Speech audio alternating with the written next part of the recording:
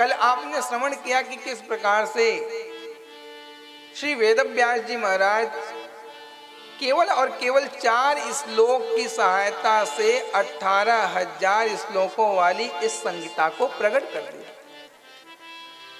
तो प्रकट तो कर दिया, लेकिन अब चक्कर ये उठा, महाराज सोचने लग गए कि इसको महाराज किसे सौंपूं और कौन ऐसा सत्पात्र है जो भागवत जी को श्रवण करके इसका प्रचार प्रसार कर सकता है।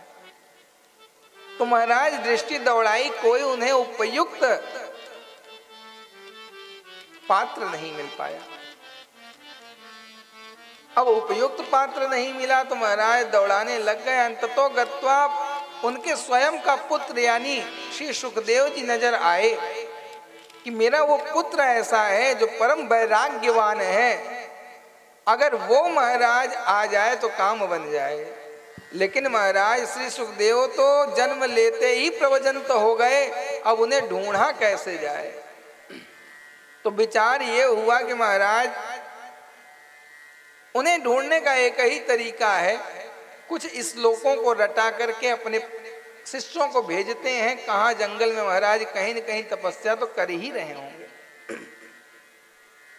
तो आज अपने शिष्यों को कुछ श्लोक रटा कर भेजा और कह दिया, देखो इन श्लोकों का गायन वहीं करना जहां पे श्री सुखदेव जी समाधि लगा करके भगवान के भजन में मस्त होंगे। समझ गए, शिष्य पहुंच गए, देखा श्री सुखदेव जी वन में जंगल में बैठे हुए महाराज ध्यान केंद्रित कर रहे हैं। देखा तो महाराज तुरंत आज प्रथम श्लोक का गायन कर दिया। वरिहा पीड़म नटवर वपु कर्णयो कर्णकारम विप्रदिवास कनक कपिसम वैजयंती चमाला। वरिहा पीड़म नटवर वपु कर्णयो कर्णकारम विप्रदिवास कनक कपिसम वैजयंती चमाला। पहला श्लोक गायन किया शिष्यों ने श्री सुखदेव जी को सुनाने के लिए। वरहा पीड़म नटवर बपु कर्ण यो कर्णकारम और विप्रद वास कनक कवसम वैजयंती चमाला। इस श्लोक के माध्यम से प्रभु के सुंदरता का वर्णन किया कि हमारे सच्चिदानंद श्री कृष्ण कन्हैया लाल कैसे सुंदर हैं। अरे 3 जगह से टेढ़े हैं, घुंघराले बाल, सांवले सांवले मुस्कुराते हुए, और गले में वैजयंती की माला और पीली पीतांबर धारण करे हुए बड़ी दिव्य छटा है हमारे परमात्मा की। इस श्लोक के माध्यम से परमात्मा के स्वरूप का वर्णन कर दिए। अब जैसे ही महाराज श्री सुखदेव जी सुने कि महाराज परमपिता परमेश्वर ऐसे हैं जिनका स्वरूप इतना अच्छा है, क्यों ना एक बार उनसे मिला जाए। तो आज महाराज उनके मन में जिज्ञासा हुई कि परमात्मा से एक बार उनके दर्शन किया जाए। तो महाराज आज दर्शन की स्थिति बनी। वो अपने समाधि अवस्था को छोड़ करके 2 मिनट सोचे कि चलो, लेकिन फिर महाराज विद्वता की अधिकता होने के कारण विचार आया कि जो इतना सुंदर है जरूरी नहीं कि उसके गुण भी उतने सुंदर हों। इस विषय बड़ा ध्यान देने की आवश्यकता है। श्री सुखदेव जी क्या सोच रहे हैं, जो जितना सुंदर हो जरूरी नहीं कि उसके गुण भी उतने ही सुंदर हों। तो इस प्रसंग से क्या समझना है महाराज, जो अत्यधिक सुंदर होता है उसके गुण में कहीं न कहीं कोई दोष निश्चित होता है। ये तो परमात्मा की कृपा ही होगी महाराज, 2-4% लोग अधिक सुंदर वाले बच जाएं। तो श्री सुखदेव जी ने कहा महाराज इनके गुण सुंदर हो ये अच्छा नहीं है, इससे बढ़िया अपनी समाधि में बस मस्त रहो। जैसे ही समाधि में गए दूसरा श्लोक गायन कर दिया कि महाराज ये तो उठने वाले नहीं है, अब दूसरे श्लोक का गायन करते हैं। दूसरा श्लोक गायन कर दिया। अहो बकीयम स्तनिकालकूटम, अहो बकीयम स्तनिकालकूटम, अहो बकीयम स्तनकालकूटम, अहो बकीयम स्तनकालकूटम, अहो बकीयम स्तनिकालकूटम, अहो बकीयम स्तनकालकूटम, वेदांसया पाय यदा प्रसाद्वी, जिघांसया पाय यदाप्यसाद्वी, वेदांसया पाय यदा प्रसाद्वी, जिघांसया पाय यदाप्यसाद्वी, लेभे गतिं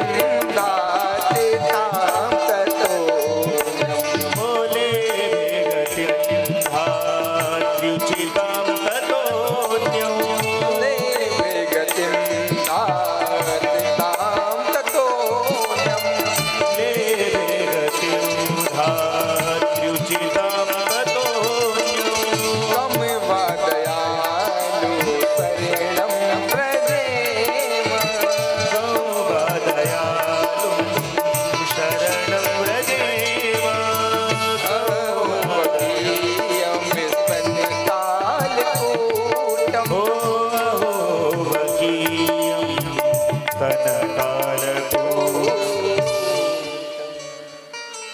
दूसरे श्लोक में कह दिया अहो बकीयम स्तन कालकूटम, जे धानसया पाय यदप्य साध्वी, लेबे गतिम धात्र चिताम ततोन्यम, और कम वा दयालु शरणम व्रजेम। पहले में परमात्मा के स्वरूप का वर्णन किया श्री सुखदेव जी, सोचे लेकिन उठे नहीं। क्यों? क्योंकि सुंदरता के कारण वो रीझने वाले नहीं हैं। श्री सुखदेव जी तो गुणों पे रीझने वाले हैं, लेकिन आज का समाज गुणों पे नहीं सुंदरता पे रीझने वाला हो गया है। आज गुण नहीं चाहिए, सुंदरता ही चाहिए। लेकिन श्री सुखदेव जी सुंदरता को सुनकर भी नहीं रीझे। इस प्रसंग को हमें आपको समझना चाहिए। यद्यप थोड़ा सा कष्ट जरूर होगा, शास्त्रों का मत यही है जो बाहर से बहुत सुंदर होता है अधिकांशतः वह अंदर से उतना ही गड़बड़ होता है। अधिकांशतः आप सबकी बात मत कर लेना महाराज कि सबको तो आप गड़बड़ बता रहे हैं। अधिकांशतः 90% ऐसा होता है, 10% ही जो अधिक सुंदर होते हैं बाहर से, वो अंदर से भी सुंदर होते हैं, केवल 10%। तो श्री सुखदेव जी विद्वान हैं, विद्वान नहीं परम विद्वान हैं। इस कारण वो स्वरूप पे रीझे नहीं कि अगर गुण इनके अच्छे होते तो हम चले जाते। तो इसलिए समाज को भी यहाँ सोचना यही है, हमें स्वरूप पे नहीं गुण पे रीझना है। स्वरूप कितने दिन तक? जब तक यौवन अवस्था है तभी तक। उसके बाद गालों पे झुर्रियाँ महाराज, मेकअप कितनी देर कराओगे? 2-4 घंटे ही तो मेकअप चलेगा। उसके बाद तो फिर महाराज पूतना वाला चेहरा तो सामने आ ही जाएगा जब मेकअप उतरेगा। मान लो शरीर शुष्क पड़ गया तो मेकअप एक चारा है, विकल्प है, लेकिन 24 घंटे नहीं, 2-4 घंटे ही चलेगा। तो उस मेकअप पे रीझना महाराज अच्छी बात नहीं है। और जो गुण होंगे वो महाराज चाहे अवस्था जितनी भी शुष्क हो जाए, गुण वही उसके अंदर रहेंगे। इसी कारण महाराज गांधारी ने धृतराष्ट्र से विवाह किया था। अब आप सोच रहे हो कि महाराज ये प्रसंग कहां से आ गया, थोड़ा सा आपको सुना देता हूं। पता है धृतराष्ट्र दोनों आंखों से पूर्णतः अंधे थे, जन्मांध थे, लेकिन गांधारी भी अंधी थी। आपको पता है कि नहीं? आंखों में पट्टी गांधारी की बंधी रहती है। वकील साहब लोग, हाई कोर्ट वाले तो जानते ही होंगे। वो कौन खड़ी है? गांधारी ही खड़ी है। तो कहने का तात्पर्य, क्या गांधारी अंधी थी? लोगों को यही पता है अंधी थी, लेकिन आपको सत्य बताएं, अंधी नहीं थी, केवल उसने पट्टी बांधा था। क्यों बांधा था? अब इस कथा पे ज्यादा नहीं जाएंगे, अंतिम दिन यदि समय बचा तो हम आपको बता देंगे। और इतनी सुंदर गांधारी थी कि बड़ी बड़ी अप्सराएं भी उससे फीकी पड़ जाती थी उसके सुंदरता के आगे। लेकिन उसने अंधे पति यानी धृतराष्ट्र से विवाह करना, स्वयं की इच्छा थी उसकी विवाह करने की। यद्यपि सब ने समझाया, पिता ने समझाया, सखियों ने समझाया, अरे बावली हो गई है क्या, अरे पागल हो गई है, तेरे लिए तो पता नहीं कितने अच्छे अच्छे वर तैयार हो जाएंगे और तू उस अंधे से विवाह करती है। लाख समझाया लेकिन मानी नहीं। अंततो गत्वा विवाह धृतराष्ट्र से ही करती है। इसका अंतिम दिवस समय मिलेगा तो हम इस प्रसंग को थोड़ा सा उजागर करके आपको बताएंगे। अभी इतना ही जान लो, गांधारी अंधी नहीं थी, धृतराष्ट्र जन्मांध थे, जन्म से अंधे। तो कहने का तात्पर्य, गुण पे हमें रीझना है, हमें स्वरूप पे रीझना नहीं है। ये हम नहीं कह रहे हैं, ये श्री सुखदेव जी विद्वान नहीं, परम विद्वान है। जो जितना अधिक सुंदर होता है, ज्यादातर वो अंदर से उतना ही गड़बड़ होता है, और जो जब बाहर से जितना गंदा होता है, अंदर से उतना ही ज्यादा साफ होता है। ये शास्त्र प्रमाण करता है, हम प्रमाण करने वाले नहीं है। अधिकांश की बात हमने कही है, कहीं सब की बात मत करके। महाराज जी आए थे, वो बोले जितने सुंदर लोग हैं सब के सब गड़बड़ होते हैं, और कल ही से मैसेज आने लग जाए महाराज व्हाट्सएप पे, फेसबुक पे, कि सबको महाराज गड़बड़ कर दिया। अधिकांशतः की बात मैं कर रहा हूँ, 90% ऐसा ही होता है। और 90% उधर भी जो कुरूप होता है जितना बाहर से, 90% वो चरित्रवान होता है। 90%, 10% उसमें भी गड़बड़ी हो ही जाती है। दोनों परिस्थितियां में वही चीजें हैं। और कथा केवल और केवल हमारे जीवन की व्यथा का दूर करने का नाम ही कथा है। सबको पता है कृष्ण कन्हैया आएंगे, कंस को मारेंगे, मथुरा पे राज करके द्वारिका चले जाएंगे, द्वारिका में रुक्मणी से विवाह करके महाराज सभी दुष्टों का संहार करके, अपने यदुकुल का नाश करके अंततो गत्वा चले जाएंगे। बस कथा तो इतनी ही है, कथा और नहीं है। लेकिन महाराज कथा के माध्यम से लोगों के जीवन की व्यथा कैसे दूर हो, यही आज वक्ताओं का परम कर्तव्य होना चाहिए। तो यानी श्री सुखदेव जी आज उनके स्वरूप पे नहीं रीझे हैं। हमें लग रहा है जिस प्रकार से कथा यहाँ चल रही है केवल आपके ही बल पे, यानी श्रोता जहाँ सुनने वाले होते हैं वहीं सुनाने की इच्छा होती है। अन्यथा श्रोता महाराज सोता तो वक्ता ही बकता, चलो महाराज बक के 3 घंटे पास कर ले। यहाँ तो हमको लगता है कि 1 महीना भी कथा होगी तो पूरी होने वाली नहीं। श्रोता के ऊपर ही कथा का समय निश्चित किया जाता है। अगर श्रोता अच्छा है तो वक्ता को फिर अपने ज्ञान को परोसने में कमी नहीं रखता। और जब श्रोता ही महाराज चौंपों इधर उधर करता रहता है, जाने दो ये भी महाराज जाएं हम भी जाएं, 3 घंटे पास करो और अपने अपने। लेकिन जब श्रोता अच्छा होता है तो वक्ता का अपने आप मन लगने लगता है कथा में। पूरी कथा में अगर एक भी श्रोता अच्छा मिल जाए तो उसी को देख के कथा पूरी कर ली जाती है। और महाराज जब एक भी ना मिले तो गड़बड़ हो जाता है। और परमात्मा की कृपा से यहाँ तो सभी बड़े शांत मन से इस कथा को सुनते हैं, तो हमें सुनाने में और आनंद आ जाता है। अगर सही से कहा जाए तो अभी द्वितीय दिवस की कथा में हम लोग थोड़ा सा प्रवेश किए थे और तीसरा दिन बीतने वाला है। लेकिन कोई बात नहीं, राजधानी भी है, अब तो बुलेट ट्रेन भी चलने वाली है और वायुयान तो है ही, हवाई जहाज, तो बैठ जाएंगे, थोड़ा टिकट ज़्यादा लगेगा, बस यही मामला है। लेकिन पहुंच जाएंगे हम लोग, इसलिए निश्चिंत रहो। कल जगत के पालनहार श्री कृष्ण कन्हैया लाल भी आने वाले हैं, तो वहां तक तो पहुंचना पड़ेगा। तो कहने का तात्पर्य, हम लोगों को गुण पे रीझना चाहिए, स्वरूप पे बिल्कुल नहीं रीझना चाहिए। ये बिल्कुल सत्य बात है। तो श्री सुखदेव जी गुण पे नहीं रीझे, तो दोबारा श्लोक क्या सुना दिया? अहो बकीयम स्तन कालकूटम जे धांसया पाए यद्यप्य स्वाध्वी और लेबे गतिम धातृचिताम तत्वन्यम कम वा दयालु शरणम ब्रजे। कहने का तात्पर्य अहो बकीयम, इस श्लोक में क्या कह रहे हैं कि जो बकासुर की बहन बकी है, यानी जिसका नाम पूतना है, वो बकासुर की बहन बकी है। बकासुर का भी उद्धार परमात्मा ने किया और बकी का भी किया, यानी पूतना का भी करेंगे परसों। तो कह रहे हैं बकासुर की बहन जो बकी है यानी पूतना है, उसने क्या किया? स्तन में कालकूट नाम का विष लगा कर आई है, और किस लिए? कन्हैया को पिला के मारने के लिए। यानी वो आई है कन्हैया को विष लगा के मारने के लिए।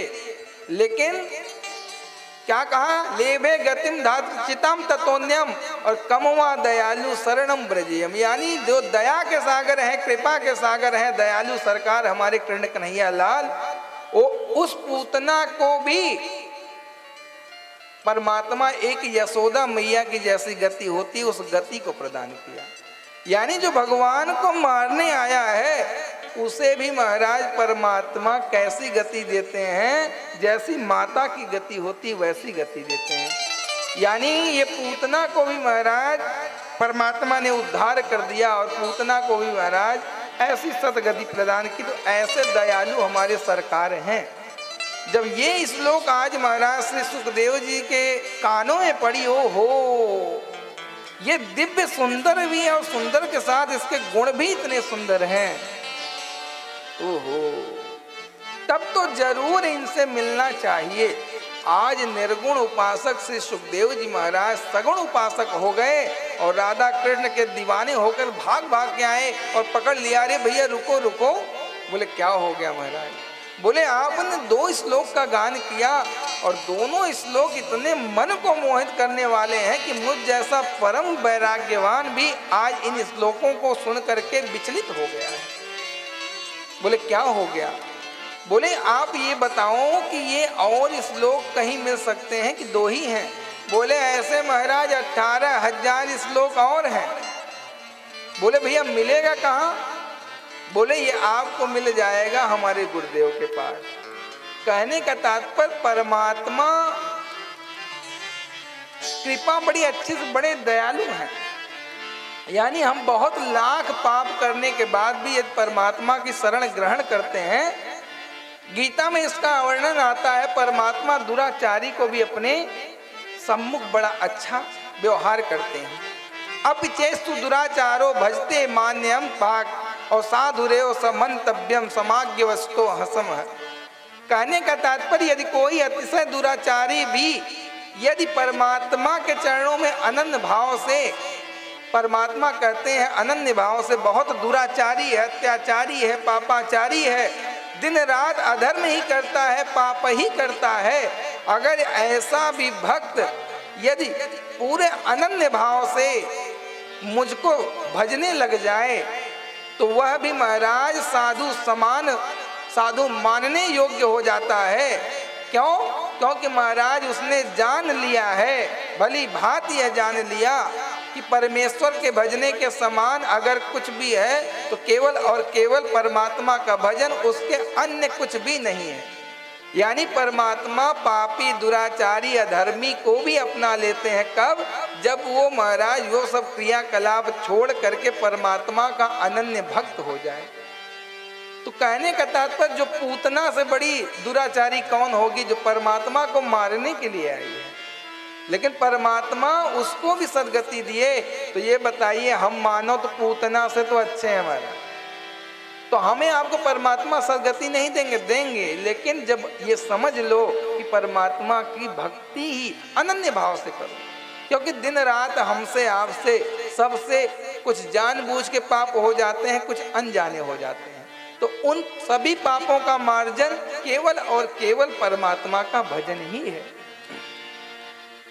आ गए महाराज तुरंत आज श्री सुखदेव जी आज पिता पुत्र का मिलन हुआ और 18,000 श्लोक पढ़ा दिया। धीरे धीरे महाराज अंततो गत्वा राजा परीक्षित को श्री सुखदेव जी कथा सुना के भय मुक्त किया और उन्हें मोक्ष पद को प्राप्त करवाया। जैसे ही महाराज सूत जी ने सौनक 88,000 इत्यादि ऋषि को ये कथा सुना रहे थे, तुरंत खड़े हो गए सौनक जी। और सौनक बोले कि महाराज जी एक बात मेरे समझ में नहीं आई। बोले क्या नहीं समझ में आई? बोले श्री सुखदेव जी गौ दोहन काल से ज्यादा कहीं टिकते नहीं थे और फिर 7 दिन तक कथा कैसे सुनाई, और कथा के लिए राजा परीक्षित को ही उचित क्यों समझा गया? अरे किसी और को भी तो कथा सुना सकते थे, केवल राजा परीक्षित को। कृपया कर आप इस पे मेरा मार्गदर्शन करें। तब सूत जी परीक्षित का विचार करने लग गए और बोले देखो, यदि राजा परीक्षित की कथा सुनाऊंगा तो सर्वप्रथम मुझे महाभारत के प्रसंग में प्रवेश करना पड़ेगा। तो हम लोग भी महाभारत के प्रसंग में प्रवेश करेंगे, देखेंगे राजा परीक्षित का प्रादुर्भाव कैसे हुआ। सारी चीजों को बड़े ध्यान से सुनना, तब आपको आनंद आएगा। क्योंकि जाने बिन नहीं होई प्रतीति, बिन प्रतीति न होई प्रीति। जब जानोगे कथा को तब कथा से प्रेम होगा और कथा को मानोगे। ये कोई पंडित जी का ही काम नहीं, महाराज जी का ही काम नहीं होता, यह समस्त सनातन का कार्य होता है। और ये कथा कोई व्यक्ति विशेष की नहीं होती, कथा भक्त विशेष की होती है। कथा कोई भी करवाए, कार्ड मिले या ना मिले उससे मतलब नहीं होता है। कार्ड का इंतजार कहाँ करेंगे? विवाह इत्यादि जो भी उनके कार्य होते हैं उसमें। यदि परमात्मा का कार्य जहाँ जुड़ गया वहाँ कार्ड का विचार हमें नहीं करना चाहिए। कब तक? जब तक परमात्मा की कथा है, उसके बाद कार्ड का इंतजार हमें करना चाहिए। इसलिए इस कथा में यदि कार्ड का इंतजार कोई करता है तो उससे बड़ा अभिमानी कोई नहीं है और उसे सदगति प्राप्त होने वाली नहीं है। यानी परमात्मा के कार्य में आपको आमंत्रण चाहिए तो ये केवल और केवल मूर्ता ही जग जाहिर करनी है। इसमें तुम्हारा दिल खोल के जितना हो सके हम इसमें सहयोगी बन जाएं और कथा का रसन पान करें। वैसे आयोजक अपने मन से बेचारा बड़ा मेहनत करता है, क्योंकि विवाह के बराबर का कार्य बताया गया। जैसे एक कन्या का विवाह करने में पिता की स्थिति होती है, वैसे ही इस आयोजन को करने में एक आयोजक की होती है। सबसे हाथ जोड़ के महाराज आओ आओ महाराज आओ, हर जगह झुकना ही पड़ेगा। तो कथा करवाने में यजमान की स्थिति ये होती है। तो हो सकता है बेचारा भूल गया हो, गलती हो गई हो, सब जगह नहीं पहुंच पाए, तो ये कोशिश करना है कार्ड का इंतजार नहीं, केवल और केवल परमात्मा के कथा में कार्ड। अरे ये तो मूर्खता है। अरे महाराज जहाँ कानों में आवाज आए भागवत हो रही, राम कथा हो रही है, अरे महाराज भागते कूदते जाओ, जगह नहीं बचना चाहिए पंडाल में, ऐसी स्थिति आ जाए। लेकिन यहाँ तो महाराज कार्ड बिना कैसे जाएंगे, स्थिति बड़ी गड़बड़ हो गई है। अभिमान की अधिकता अपने क्षेत्र में है, अभिमान की अधिकता। आप वृंदावन आओ कभी, हर जगह कम से कम नित्य प्रतिदिन वृंदावन में 100-150 कथाएं आपको मिल जाएंगी और हर जगह आपको बिना बुलाए वाले भक्त ही मिलेंगे। जिनको बुलाया जाएगा वो नहीं आएंगे और जिनको नहीं बुलाया जाएगा वो निश्चित बैठे रहेंगे। 100-150 कथा केवल 10 किलोमीटर के अंतर्गत होता रहता है नित्य प्रतिदिन, लेकिन फिर भी लोग आ जाते हैं। क्यों? क्योंकि वहाँ भक्ति के कारण लोगों का अभिमान मर जाता है। और जब आप भी वहाँ जाओगे तो आपका भी अभिमान वहाँ मर जाएगा, आप भी भक्त बन जाओगे। लेकिन जब वहाँ से निकल के आओगे फिर वही तानाशाही यहाँ आने के बाद आपके ऊपर हावी हो जाएगा। तो यानी भक्ति का प्रभाव होने के कारण हृदय झुकता है। अभिमान किस काम का महाराज? परमात्मा को न मान अच्छा लगता है, न स्वाभिमान न अभिमान। मान की जननी है, स्वाभिमान की जननी मान है और अभिमान की जननी स्वाभिमान है। कुछ लोग कहते नहीं, अरे अपने स्वाभिमान के साथ मैं खिलवाड़ नहीं कर सकता। अरे महाराज क्या है स्वाभिमान? कोई गाली दे दिया और आप नहीं बोले, ये स्वाभिमान है? अरे महाराज आपको देना है दो, परमात्मा आपका एक दिन निर्णय करेगा।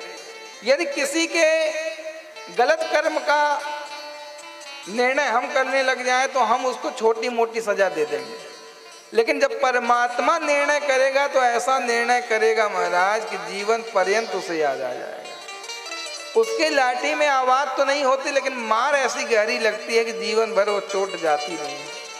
इसलिए किसी को दंड देने के अधिकारी हम स्वयं ना बने, परमात्मा को निश्चित कर दें, भगवान तुम जानो, तुम्हारा काम जानो। कहने का तात्पर्य हमारे अंदर जो अभिमान है उसको ही तोड़ना है। ये कथा हमें क्या सिखाती है? हमारे अंदर के अभिमान मर जाए। लेकिन कथा पांडाल तक वैसे बाबूजी आप लोग बैठे रहते हैं जैसे बड़े स्वभाव, सरल स्वभाव के हैं, लेकिन ये कथा बस बीती नहीं, आरती हुआ नहीं, भोजन मिल गया तो उसके बाद महाराज शब्द बड़े प्यारे निकलने लग जाते हैं। तब आपके वास्तविक जीवन का परिचय दिखने लग जाता है। ये इतने सरल हैं। कथा में जो सरलता आपकी दिखती है वो आपके जीवन में होनी चाहिए, लेकिन जीवन में नहीं है, केवल कथा तक ही आप सरल रहते हैं। बुरा मत मानिएगा,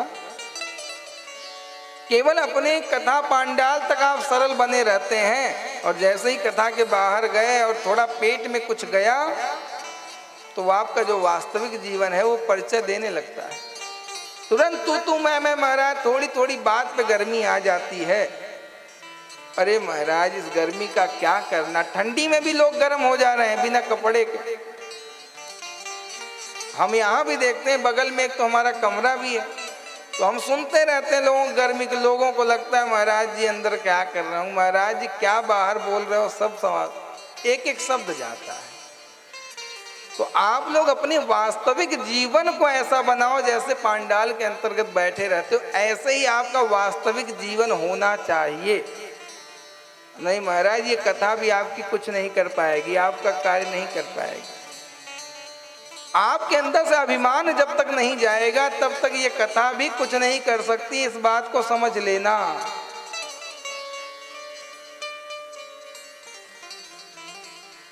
और यहाँ पे वो बात भी कह दी जाए तो कोई बड़ी बात नहीं। नवल नीच की अति दुखदाई, यदि नीच व्यक्ति झुक रहा है कहीं भी तो ये समझ लो आपको कष्ट देने वाला है। तो इसलिए महाराज इस कैटेगरी में हमारी घोषणा ना हो जाए, सरल बनो, बिल्कुल सरल बनो। अरे ठीक है कोई बात नहीं। हाँ, कहाँ आपको उग्र होना है? जहां सामने वाले का कल्याण हो जाए उस उग्रता से। जैसे माता पिता अगर बालक पे थोड़ा सा कड़ा शासन लगाते हैं तो उससे उनका जीवन अच्छा होगा। इस कारण संत कहीं क्रोधी हो रहा है और सामने वाले भक्त का यदि कल्याण हो जाए तो वहां भी उग्रता होनी चाहिए। रहुगण और जड़ भरत की कथा में क्या है? बहुत लोग कहते हैं अरे संत क्रोधी नहीं होने चाहिए। बिल्कुल सही बात है, नहीं होने चाहिए, लेकिन जहां उसकी आवश्यकता पड़ जाए उपयोग करना चाहिए। अगर महाराज जड़ भरत महाराज क्रोधी नहीं होते तो रहुगण का अभिमान नहीं टूटता और रहुगण परमात्मा को प्राप्त नहीं कर पाता।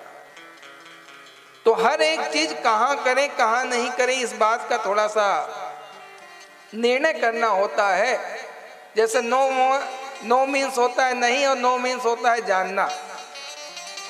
अब महाराज नो बोल दे, कहाँ बोलना है, कौन से नो को कहाँ उपयोग करना है, इस बात को हमें जान लेना होता है।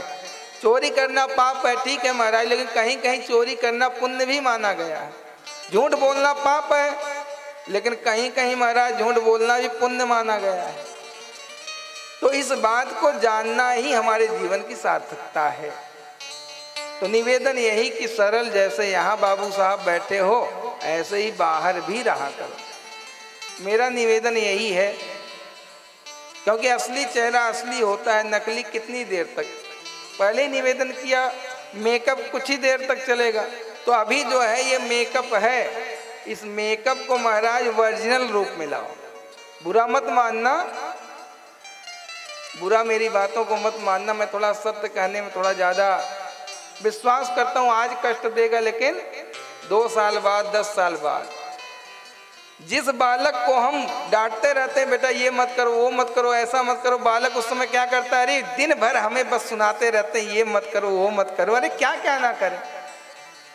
लेकिन जब वो पिता बनता है तब याद करता है अपने पिताजी और माताजी को, मेरे पिताजी भी ऐसे कहा करते थे, अगर मैं सुन लेता उनकी बात तो आज ठीक रहता। तब अपने बेटे के ऊपर अधिकार जमाने लगता है, अरे याद कर बेटा, तूने सुना होता तो तेरी भी बात तेरा बेटा सुनता। आदमी पछताता तब है जब बात हाथ से निकल जाती है तब, और तब पछताए होत का जब चिड़िया चुग गई खेत। मतलब पछताता है।